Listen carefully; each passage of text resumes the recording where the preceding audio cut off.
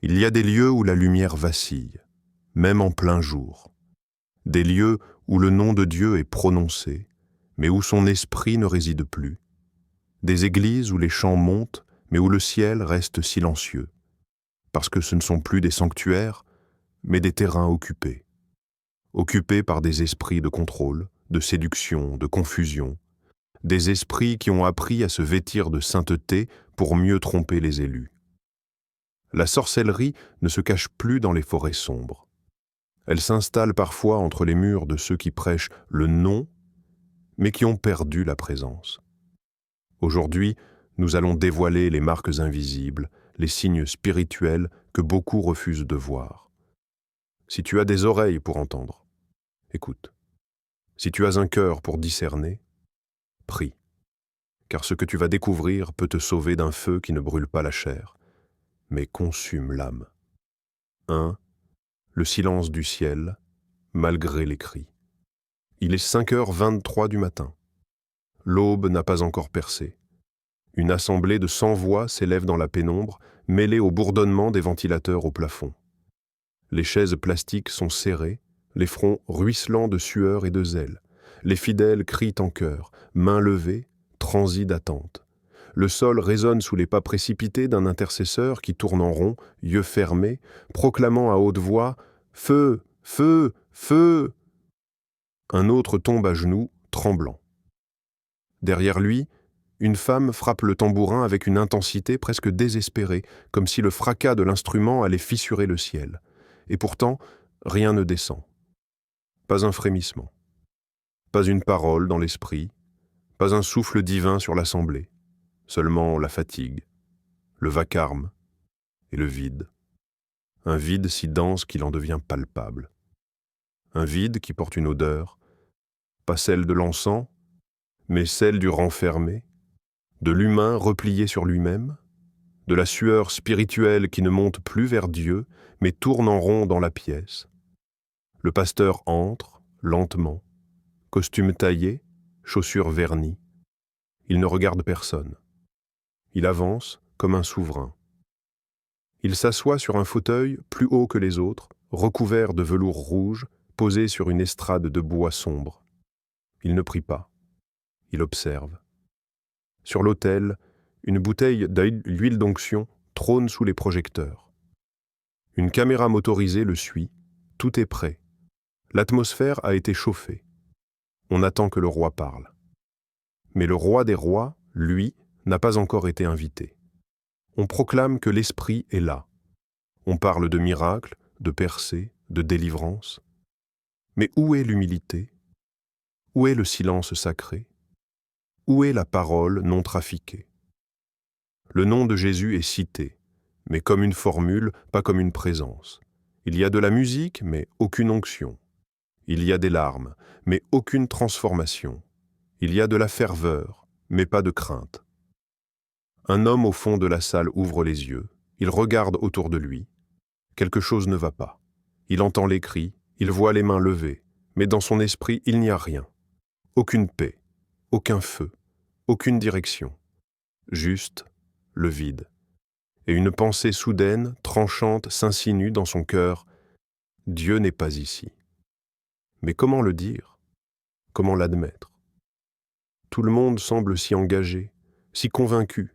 Dire cela, c'est devenir un traître, un blasphémateur, un tiède. Alors il se lève lentement et quitte la salle sans faire de bruit. Personne ne le remarque, personne ne le suit.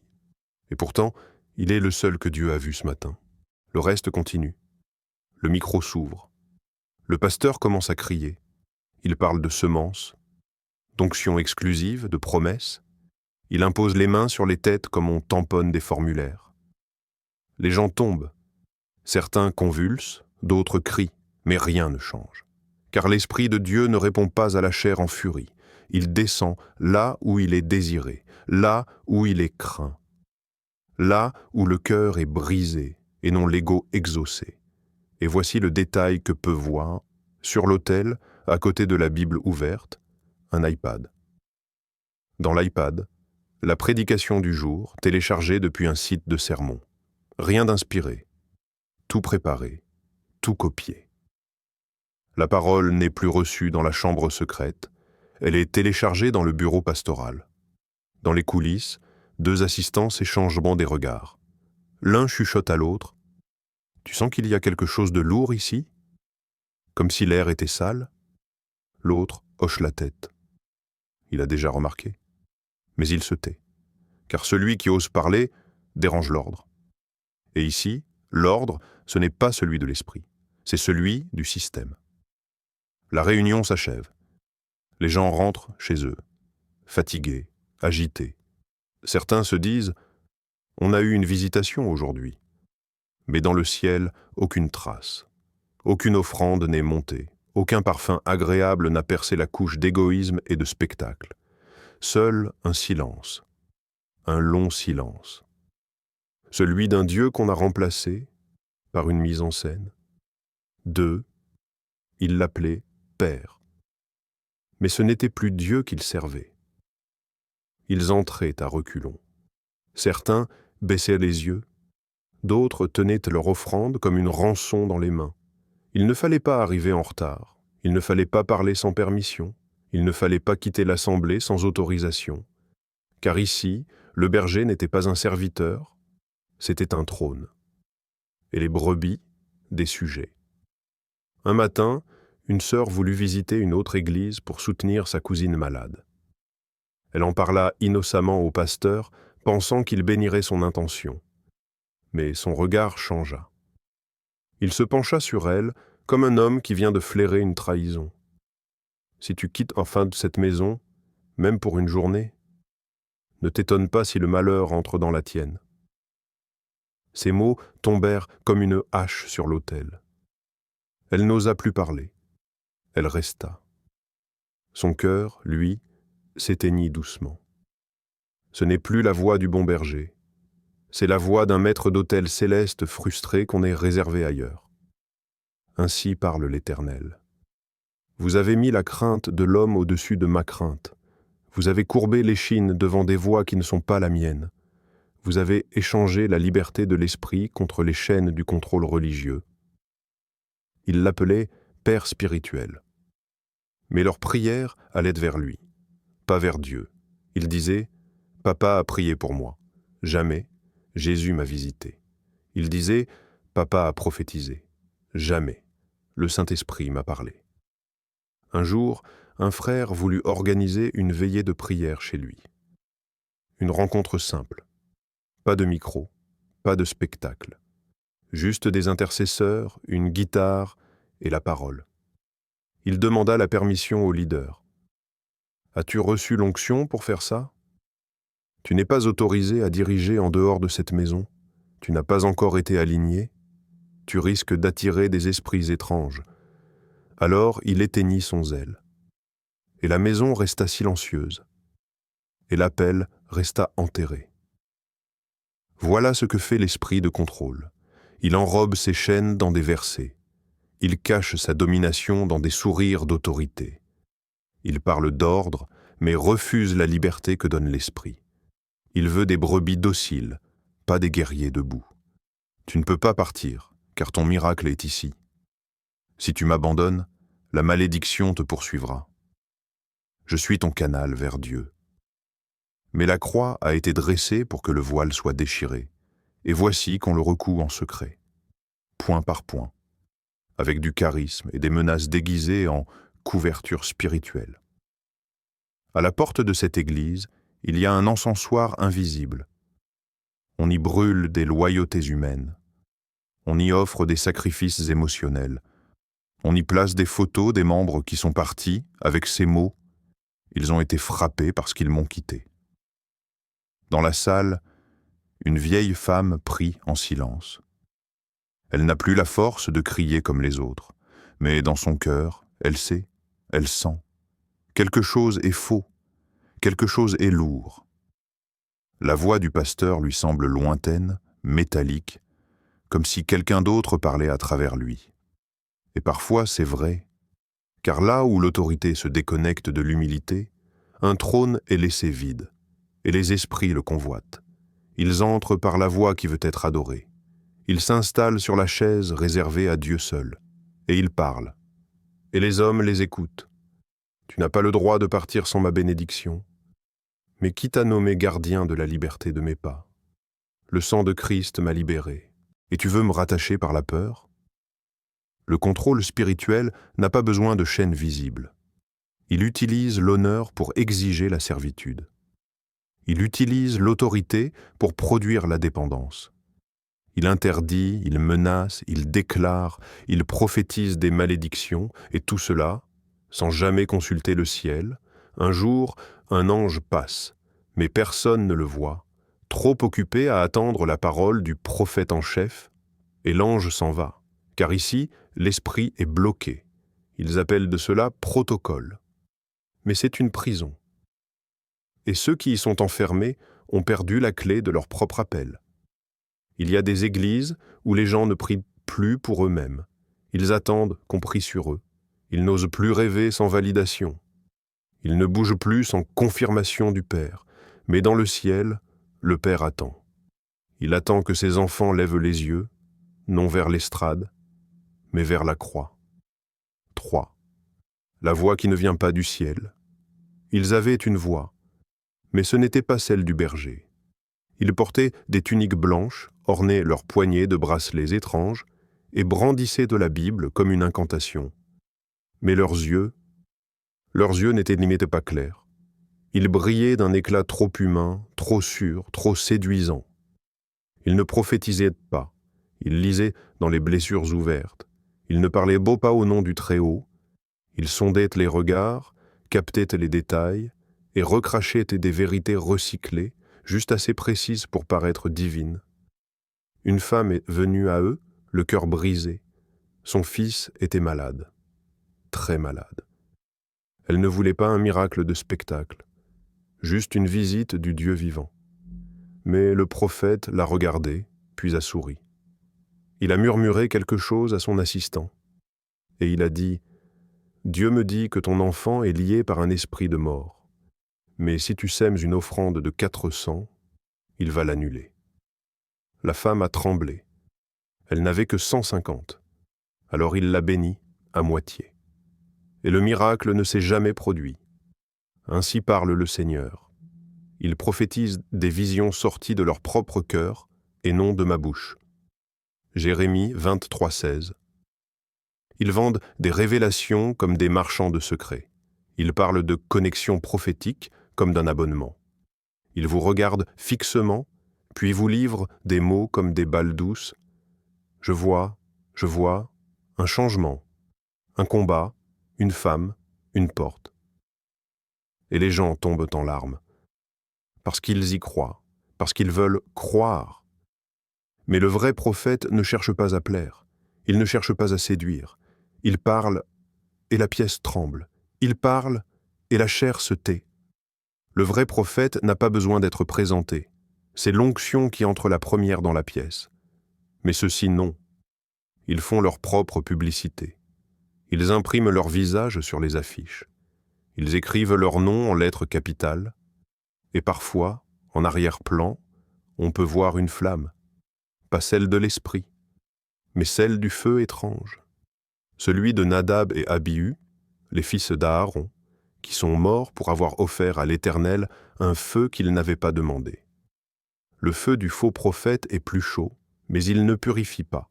Il consume l'attention, il consomme l'argent, il consume l'âme. Dans une église de province, un homme est venu prêcher. Il avait une grosse Bible et 2 gardes du corps. Il a dit « Je vais vous parler des saisons spirituelles ». Mais en réalité, il parlait de lui. Pendant 40 minutes, il cita ses propres exploits. Il raconta comment il avait ressuscité un chat, comment sa prière avait arrêté la pluie, comment Dieu ne fait rien sans le consulter, et les gens criaient « Amen ». Mais une vieille sœur, dans le dernier banc, pleurait, car elle savait. Ce n'était pas le ciel qui avait parlé ce soir-là. Un jour, un jeune homme s'est levé au fond d'une salle. Il a osé poser une question. « Prophète, pourquoi faut-il payer pour recevoir une parole? Jésus a-t-il jamais fait ça ?» Le silence est tombé. Le faux prophète a souri, un sourire sans lumière. « Tu n'as pas encore de révélation? Tu comprendras quand tu seras plus spirituel. » Mais l'esprit, lui, avait déjà quitté la pièce. Ils imposent les mains, mais leur huile vient d'un commerce d'onction. Ils parlent d'anges. Mais les anges qu'ils invoquent ne citent jamais les Écritures. Ils délivrent, mais laissent leurs victimes plus dépendantes qu'avant. Leur mission ? Vous connecter à leur voix, vous détacher de la parole. Leur stratégie ? Utiliser votre douleur pour créer une dépendance. Vendre une prophétie comme une drogue. Une fois, ça ne suffit pas. Il en faut une autre, et une autre. Et bientôt, vous ne savez plus prier sans eux. Ils ont séduit mon peuple, disant « paix », alors qu'il n'y a pas de paix. Ils bâtissent un mur fragile et le recouvrent de plâtre. Ézéchiel 13:10. Et voici leur plus grand mensonge. Ils vous disent ce que vous voulez entendre au lieu de ce que Dieu veut dire. Certains parlent vrai, mais pas pour libérer, juste pour impressionner. Ils diront votre nom, votre numéro, votre adresse, mais jamais votre péché, jamais l'appel à la repentance, jamais la croix, car la voix du faux prophète évite le sang. Elle contourne le chemin étroit, elle vous élève pour mieux vous posséder. Et dans le ciel, Dieu pleure, car son nom est prononcé, mais sa voix n'est plus entendue. 4. Le trône volé. Ils avaient construit une église. Mais dans cette église, le nom de Jésus était toujours cité, tandis que son autorité avait été doucement déplacée. Au début, c'était discret. On honorait l'homme de Dieu. On se levait quand il entrait. On portait ses affaires. On applaudissait ses messages. On répétait ses phrases comme des versets. Et un jour, on a commencé à l'adorer sans s'en rendre compte. Dieu l'a mis sur notre vie. Je ne peux rien faire sans son approbation.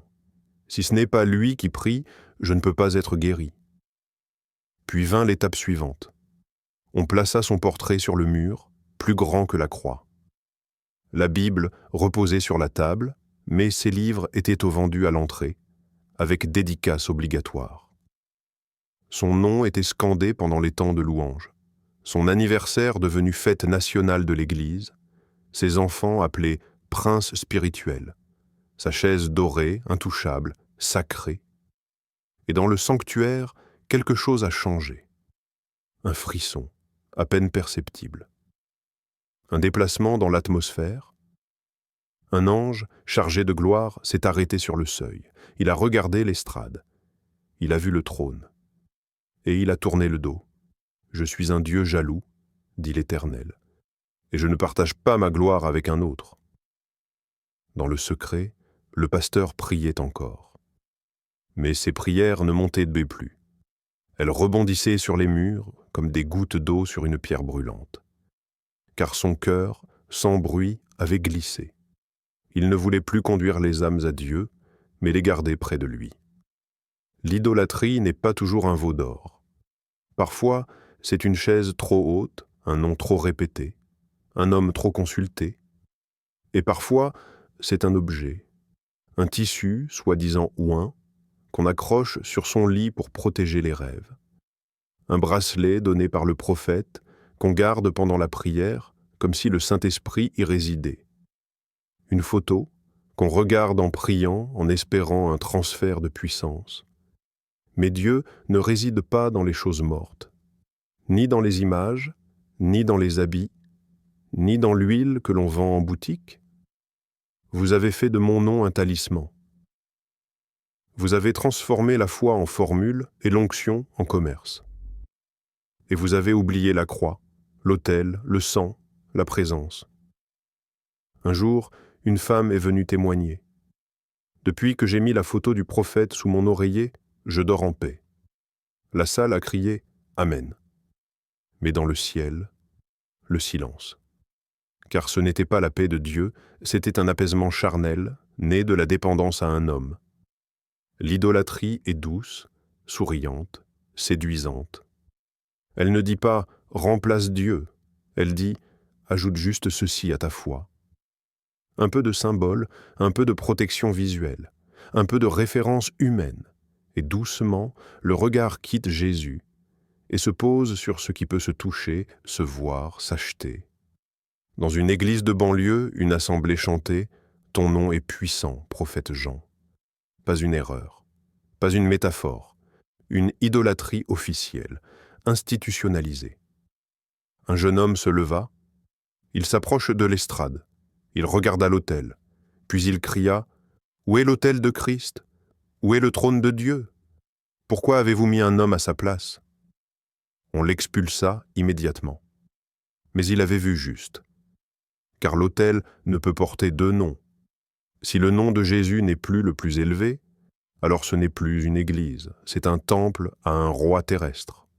Un lieu de service religieux autour d'un homme où Dieu ne siège plus. Les anges ne chantent pas les louanges des prophètes. Le ciel ne s'ouvre pas sur les statues humaines. Et l'Esprit Saint n'habite pas les maisons où son autorité est partagée. Ils ont fait des bergers leurs rois et des charismes leur idole. Ils ont oublié mon nom pour se prosterner devant des hommes faits de poussière. Et dans cette salle trop bien éclairée, où les gens dansent sous des lumières laides, un trône reste vide, celui de celui qui aurait dû être le centre. 5. La langue qui saigne l'Église.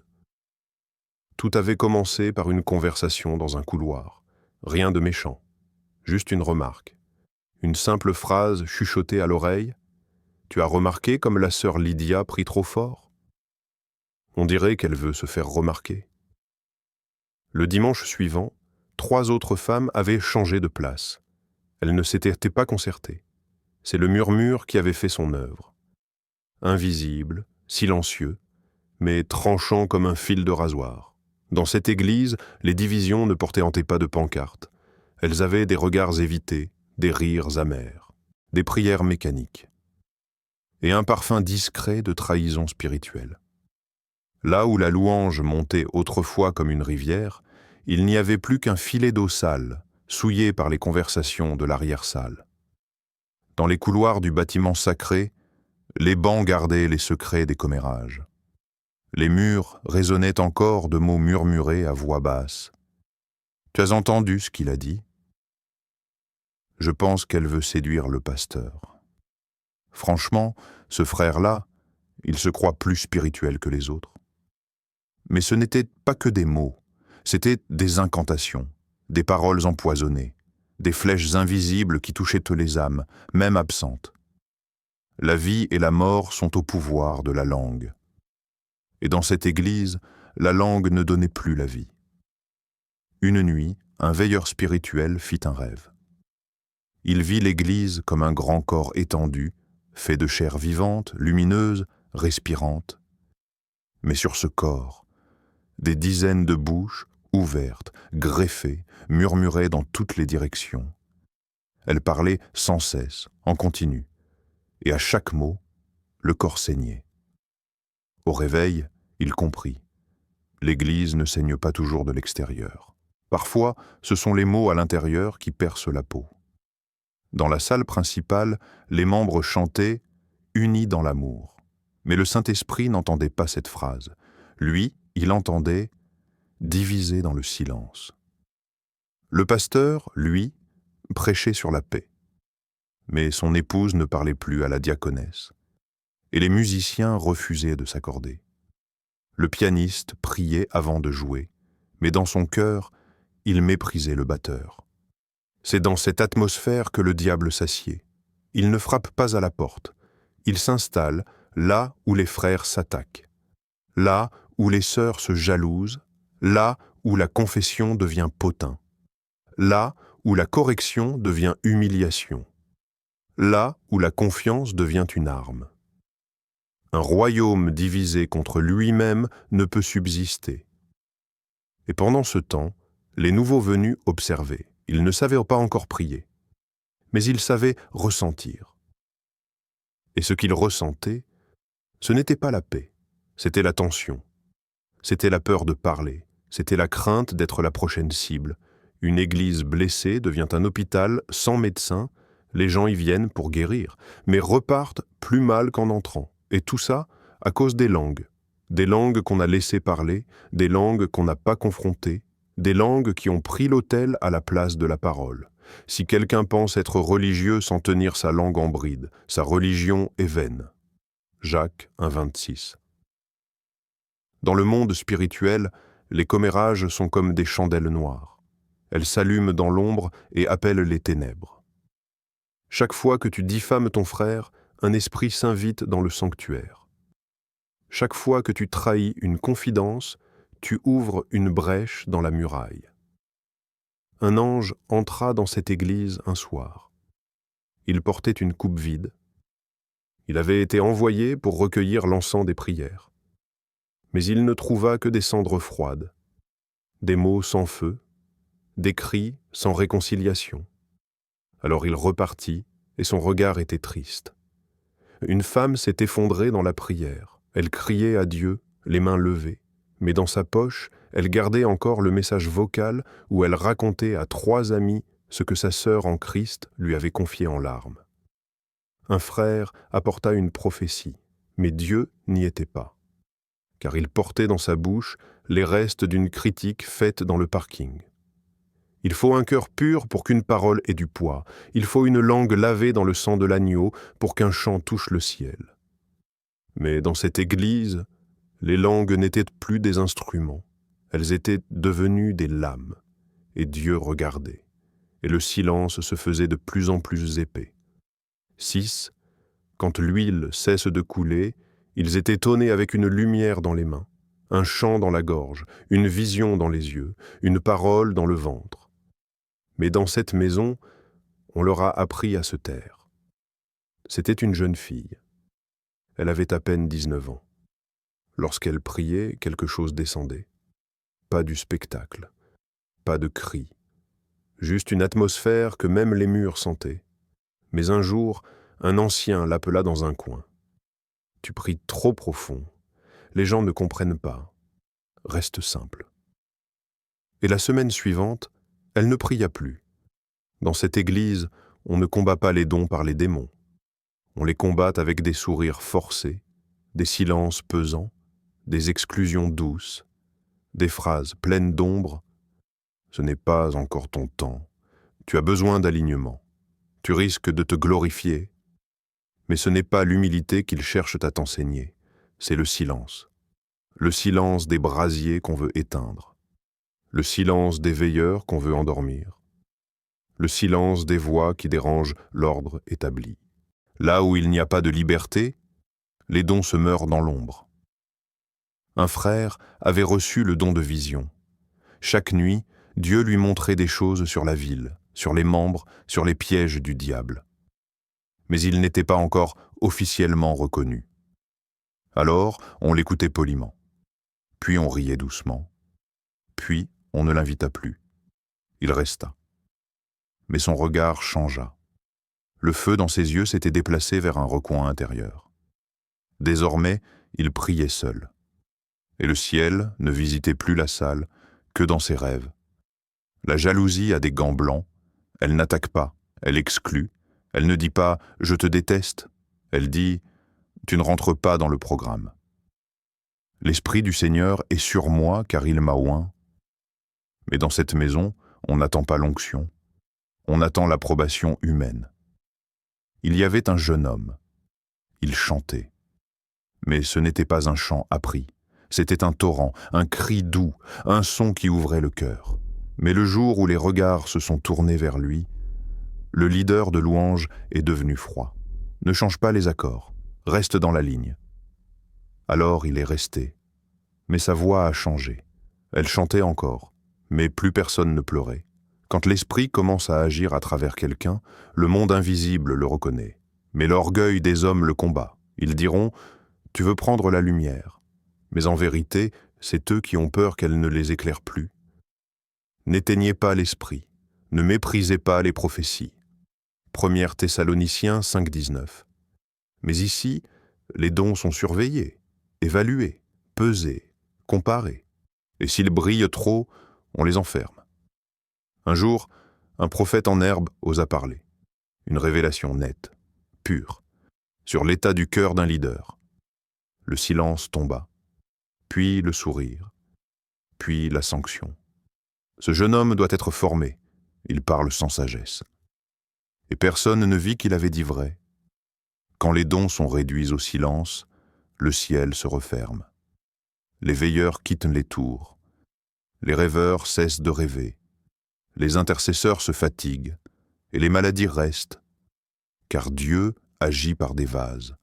Mais si tous les vases sont écartés, que reste-t-il sinon le bruit? Il y a des églises remplies de bruit où les dons sont absents.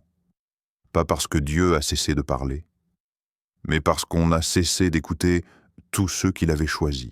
Dans l'esprit, une salle se dessine. Une salle pleine de coffres fermés. Chaque coffre contient un don, des visions, des chants, des guérisons, des paroles. Mais les clés ont été retirées, par orgueil, par peur, par jalousie.